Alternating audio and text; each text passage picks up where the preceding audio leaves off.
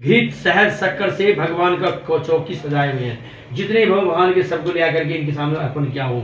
उसके बाद पूजा के विधि, व्रत करने वाला पूर्णमासी या संक्रांति के दिन या किसी भी दिन संध्या काल के समय या सुबह के समय स्नान आदि से निवृत्त होकर के श्रद्धा पूर्वक श्री गणेश जी का पहले पूजन करें। हम लोग पहले गणेश जी का पूजन किए हैं, गौरी गणेश का पूजन किया है। वरुण देवता का, सभी देवता का ध्यान करके हाथ में पुष्प लेकर के ध्यान करें।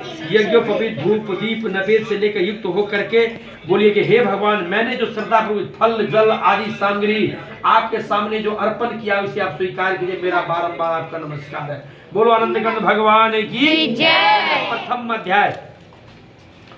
प्रथम अध्याय 109वीं सौनकादि जी 88,000 श्री सूत जी से पूछा है, हे प्रभु, इस कलयुग में वेद विद्या रहित मनुष्य को प्रभु भक्ति किस प्रकार मिलेगी तथा उनका उद्धार कैसे होगा। इसलिए हे मुनि, कोई ऐसा तप कहिए जो थोड़ी ही समय में पुण्य प्राप्त हो, मनवांछित फल मिले। इसका मुझे सुनने की इच्छा है। सर्वशास्त्र की ज्ञाता श्री सूत जी बोले, वैष्णव में पूछा, आप सबने प्राणियों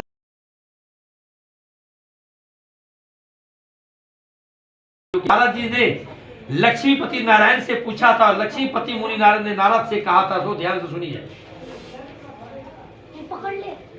एक समय योगी राज नारद जी दूसरों के हित के इच्छा के लिए अनेकों लोकों में घूमते हुए मृत्यु लोक में जा पहुंचे।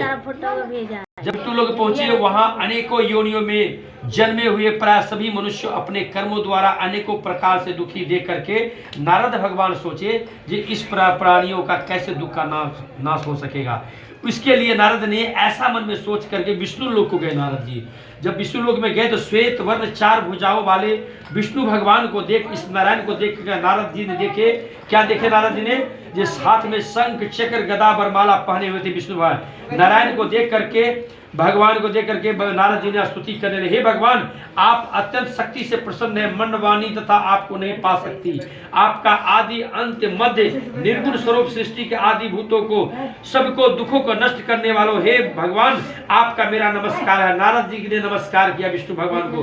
तब नारद जी से इस प्रकार का स्तुति सुन करके विष्णु भगवान बोले, हे मुनि श्रेष्ठ नारद, आपका किस काम के लिए यहाँ आगमन हुआ है, निसंकोच बतलाइए।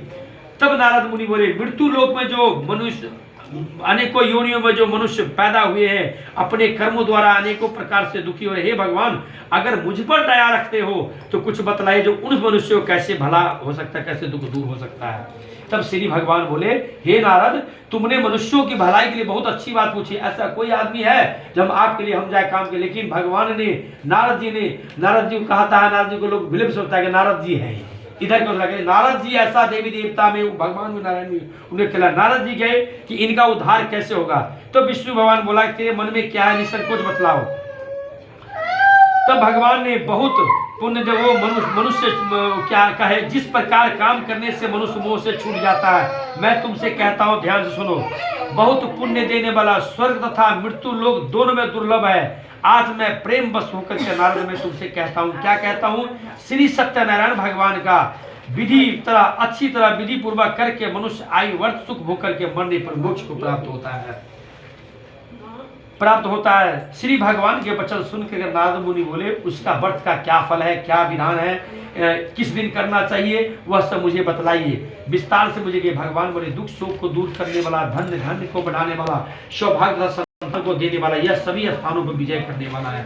भक्ति भाव से श्रद्धा के साथ किसी भी दिन मनुष्य श्री सत्यनारायण भगवान की प्रातः काल के समय या संध्या काल के समय ब्राह्मण को बुला करके, अपने बंधुओं को बुला करके, धर्मपरायण होकर के पूजा स्थान पर भक्ति भाव से नवेद, केले का फल, घी, दूध, गेहूं का चूर्ण सवा लेकर के, गेहूं का भाव में साठी का चूर्ण, शक्कर तथा गुरु लेकर के भक्षण योग पदार्थ जमा करके भगवान के सामने में अर्पण कर देवे। तत्पश्चात ब्राह्मणों को भोजन करावे। उसके बाद भोजन करें। नित्य गीत आदि का आचरण होना चाहिए। भगवान की स्मरण करते हुए उस दिन समय व्यतीत होना चाहिए। इस तरह करने पर मनुष्य को सभी इच्छाएं पूरी होती है। विशेषकर इस कलयुग में एक सरल मोक्ष का यही उपाय है। बोले एक बार श्री सत्यनारायण भगवान की जय। फूल चावल आप दोनों आदमी रख दीजिए, फिर चावल फूल लीजिए हाथ में दोनों आदमी।